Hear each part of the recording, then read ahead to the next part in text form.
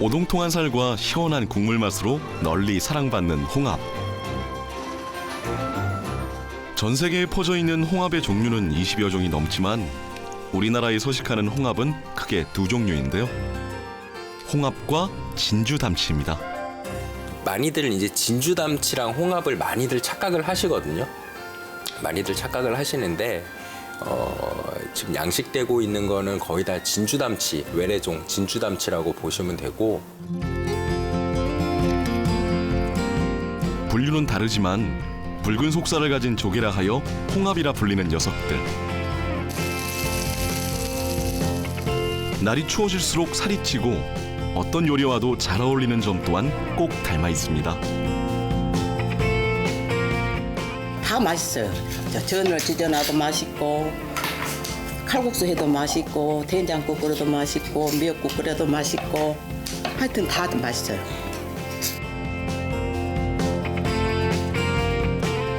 쌀쌀한 바람이 부는 날이면 더욱 그리워지고 여의치 않은 주머니 사정에도 푸짐하게 즐길 수 있는 국민 패류.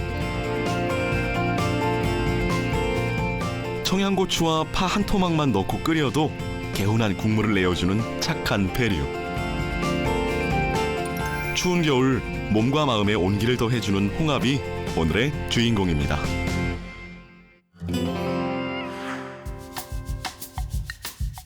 전라남도 여수시. 대표적인 홍합 생산지 중 하나인 이곳에서는 수산시장이 아닌 곳에서도 홍합을 만나볼 수 있습니다. 향일암 입구가 바로 그곳인데요. 오고 가는 사람이 많은 데다 양식장이 자리한 돌산 바다와도 가깝기 때문이죠. 너무 안 말리면 안 돼요. 요새는 이제 여름에는 바싹 말려야 되고 겨울에는 조금 덜 말려야 국물끼리 또 그냥 방울방울 국에도 안 퍼지고 좋아요. 맛있거든요, 홍합이요. 시원하면서 조개국보다 맛있어요. 이곳에선 생홍합이 아닌 말린 홍합을 주로 판매합니다. 말린 홍합은 주로 국물이나 조림용으로 사용되는데 생홍합과 달리 오래 두고 먹을 수 있는 데다 보관하기도 쉬워 사시사철 인기가 좋답니다. 미역국이랑 또 며느리 출산하면 조금 해주려고. 그리고 통통하고요. 그 끝맛이 뭐 조금 뭐라 할까 달짝지근하다고 할까 그런 맛이 많이 나는 것 같아요. 게다가 홍합을 말리게 되면 비타민 함량이 2배 이상 높아진다는군요. 하지만 아무리 말린 홍합이 인기라 해도 제철을 맞은 생홍합에 비할 바는 아니죠.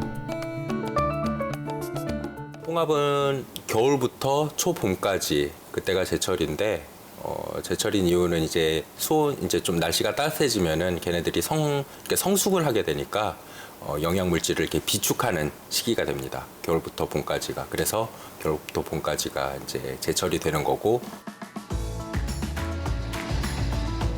찬바람이 기승을 부리는 이맘때가 바로 홍합의 계절. 특히 여수 가망만과 돌산 앞바다는 그야말로 홍합 밭인데요. 덕분에 여수 바다는 비수기 없이 겨울에도 분주합니다. 애들이 채취를 10월부터 채취가 됩니다. 10월 그때가 이제 여물이 꽉 차고요. 10월, 11월. 지금은 조금 살이 좀 내렸을 때고 그렇습니다. 우리나라 홍합 생산량의 90% 이상을 차지하는 양식 홍합. 본래 이름은 진주담치로 껍데기 안쪽이 진주빛을 띈다 해 붙여진 이름인데요. 산란기인 봄철, 줄이나 나무 등의 부착물을 바다에 넣으면 어린 홍합이 붙어 자라기 시작합니다. 애들이 이제 바다의 체면을 받기 위해서 이제 수화연을 바다에 넣습니다. 10월, 11월 요쯤에 이제 수화연을 넣어서 그 종표 체면을 5월, 6월, 7월 그 사이에 이제 체면을 다시 이제 넣습니다. 그렇게 해서 따는 과정은 한 10월부터 11월, 12월 이렇게 계속 이제 연결돼서 체면 이제 수확을 하죠.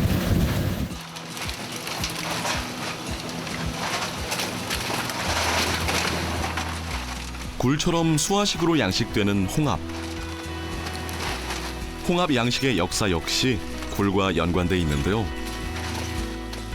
어느 날 갑자기 굴 옆에 붙어 자라기 시작한 홍합을 단독으로 키워보니 잘 자라는 데다 맛까지 좋아 본격적으로 양식하기 시작했답니다.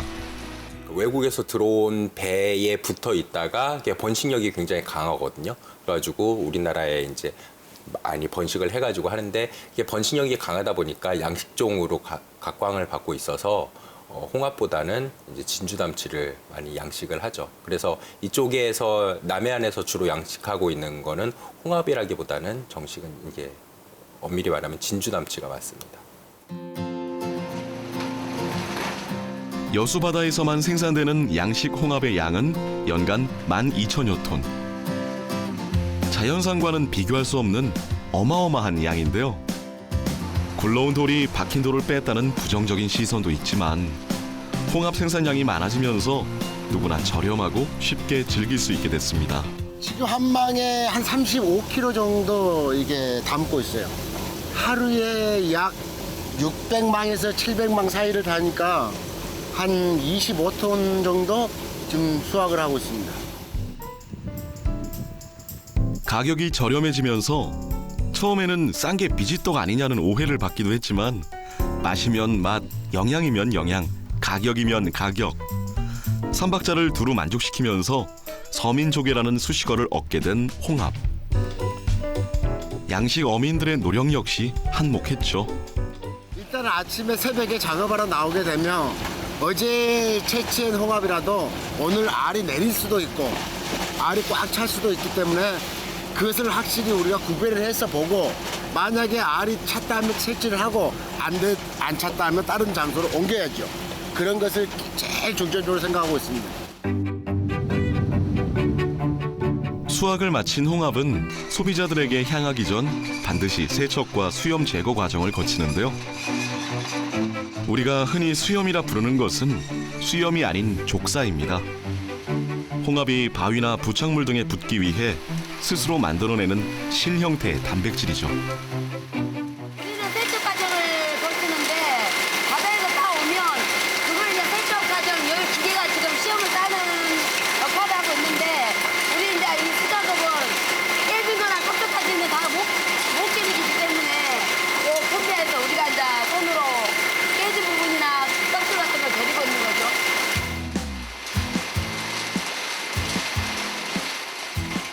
본초 강목에선 홍합이 살은 붉어 피조개 같고 입은 작고 검은 털이 나 있다라고 기록되어 있으며 자산 오보에는 담채라 부르며 맛이 감미롭다라고 적혀 있습니다. 이것은 모두 자연산 토종 홍합을 표현한 건데요. 자연산 홍합의 산지로 유명한 신안 영산도를 찾았습니다. 넓은 바다 한가운데 우리 섬이 딱 있어가지고 물 조류가 좋아요. 강해. 그러니까 얘들이 거기에 조류에 안 떠물가려고 안 떨어지려고 바위에 더 많이 붙으잖아요. 그러다 보니까 얘들이 굉장히 강하게 커요. 어렸을 때부터. 그리고 파도도 많이 치고 그러다 보니까 얘들이 저기 굉장히 다른 홍합들에 비해서는 생명력도 강하고 그러다 보니까 굉장히 탱글탱글해요. 자연산 홍합은 육지에서 멀리 떨어진 섬 혹은 수심이 깊은 바닷속에서 식해 해녀들이 물질을 해 따거나 거친 파도가 일렁이는 갯바위에서 채취하는데요. 자연산 홍합은 산란기인 초여름을 제외하곤 언제나 수확이 가능합니다. 지금 이 겨울하고 설 세고 음력이로 3월, 4월, 5월까지 있다고 6월, 7월에는 알이 싸니까 그때는 안 따요. 하지만 이곳 영산도에서는 자연산 홍합의 왕성한 번식을 위해 전반기 3개월, 후반기 3개월 동안만 홍합을 채취하기로 뜻을 모았는데요. 수확기에도 매달 6일씩만 채취하도록 해 1년에 딱 36일만 작업이 가능하답니다. 이 바닷물이 빠져야 조금에는 못 따고 살세, 살이 때 물이 많이 써야 홍합을 따요. 근데 오늘은 물이 이제 많이 안 써서 잔데 물이 많이 쓰면 이제 이렇게 국은 놈 있고 잔 놈도 있고 이렇게.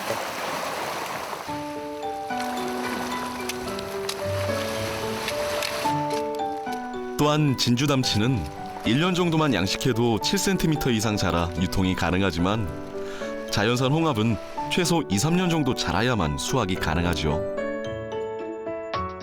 최대로 사는 게 한 205살까지 사는 것도 있다고 해요. 근데 이제 우리나라에서 보통 이제 자연산 홍합을 채취하는 경우가 이제 물 속에서 채취를 한다거나 아니면은 이렇게 이렇게 물 밖에서 채취를 하기도 하는데 물 속에서 채취를 하는 거는 한 40년에서 50년, 큰 거는. 수확 시기와 방법은 다르지만 자연산 홍합 역시 채취하자마자 손질이 필수. 자연산 홍합을 한 번이라도 본 사람들은 양식 홍합과의 비교를 거부할 만큼 그 크기부터가 압도적인데요. 덕분에 손질하는 것도 일입니다. 이거 사람이 못 먹게 하나 다이애가 이거 심줄이요. 지금 이 홍합이 이렇게 자르면 깨끗하잖아.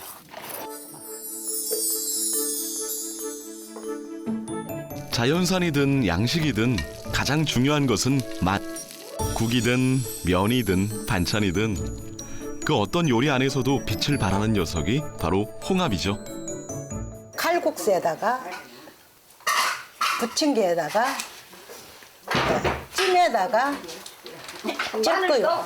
찜에다가 탕에다가 그렇게만 할 것이요.